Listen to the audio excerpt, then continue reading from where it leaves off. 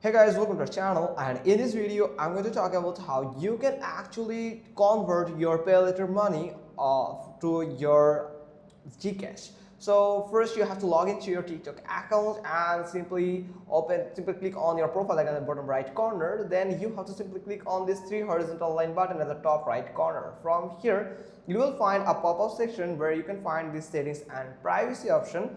Simply click on it and you will find some settings here. Then you can find all of them are balanced, so you have to simply click on that balance. So if you can find this balance option in the settings and privacy, that's mean you are not eligible for earning on TikTok, or your account have any type of restriction, or your account is not prepared well. So when you find this balance option, then you can simply find the welcome message. So you have to simply tap on next and get started.